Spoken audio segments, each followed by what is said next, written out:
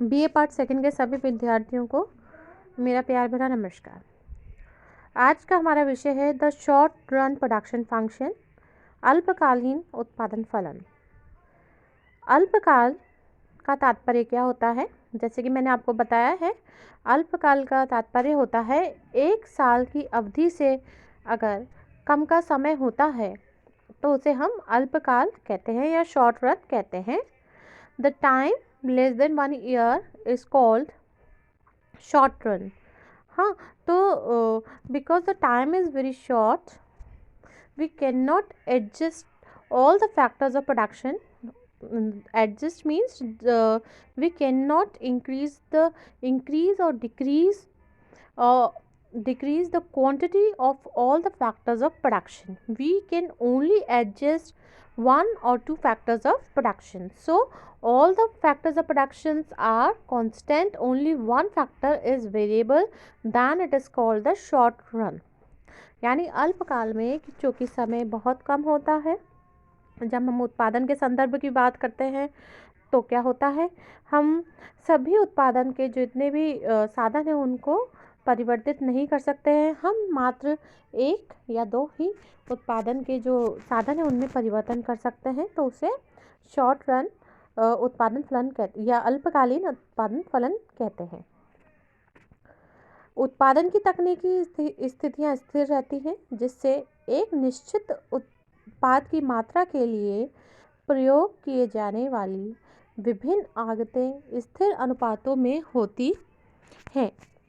अल्पकाल में भी अधिक उत्पादन करने के लिए अन्य आगतों की मात्राओं को स्थिर रखते हुए किसी एक आगत मतलब इनपुट्स की मात्राएं बढ़ाई जा सकती हैं। उत्पादन फलन के इस पक्ष को परिवर्तनशील अनुपात का नियम, लॉ ऑफ वेरिएबल प्रपोर्शंस कहते हैं। Q is the function of L C। इसमें जो C है वो कांस्टेंट है यानी स्थिर है, और Q किसका फलन हो गया? लेबर का, श्रमिक का। इस उत्पादन फलन को चित्र 1 में दर्शाया गया है। देखिए आप कि चित्र ए में जो उत्पादन फलन है वो नीचे से ऊपर की ओर जा रहा है और एक्स अक्ष की ओर वापस, अगर हम इसको पूरा बनाएंगे तो ये उल्टे यू शेप्ड की तरह होगा, है ना। आप ये देखिए, जहाँ वक्र की ढलान श्रम के सीमांत उत्पाद को व्यक्त करती है, अर्थात जैसे जैसे हम श्रम की मात्रा को बढ़ाते हैं वैसे वैसे उत्पादन बढ़ती हुई गति से बढ़ता है। एक सीमा पश्चात भी अगर हम श्रम की मात्रा में बढ़ोतरी करते हैं तो हमारा जो उत्पादन है, क्योंकि सीमांत उत्पादकता जो है श्रमिक की वो कांस्टेंट हो जाती है, तो हमारा जो उत्पादन है वो भी स्थिर गति से बढ़ता है। तत्पश्चात वो घटती हुई दर से बढ़ता है।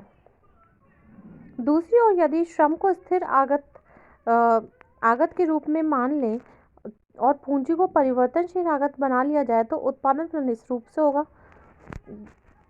ये देखिए, इसमें हमने दूसरे वाले चित्र में हमने लेबर को स्थिर मान लिया है और कैपिटल में हम चेंजेस कर रहे हैं।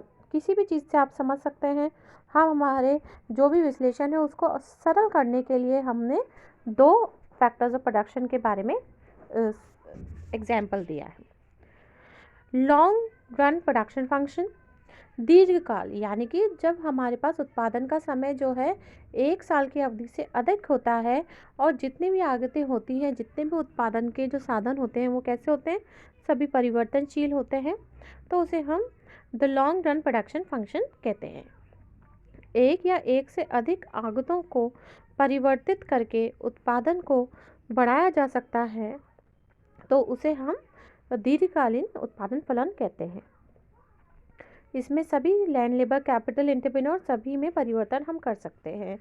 तो ये देखिए, चित्र के अनुसार एक्स अक्ष पे लेबर है और वाई अक्ष पे कैपिटल है, ठीक है। दोनों में ही हम परिवर्तन कर रहे हैं, और अगर हम दोनों में मात्रा को बढ़ा देते हैं तो हमारा जो उत्पादन का पैमाना है वो जस्ट जिस प्रपोर्शन में हमने उत्पादन के साधनों में परिवर्तन किया है उसी प्रपोर्शन में वो बढ़कर ऊपर की ओर पहुंच जाता है, और अगर हम इसमें विपरीत दिशा में परिवर्तन करते हैं तो वो भी उसी अनुपात में गिर जाता है। इसे हम कहते हैं इकोनॉमीज टू स्केल या रिटर्न्स टू स्केल, है ना।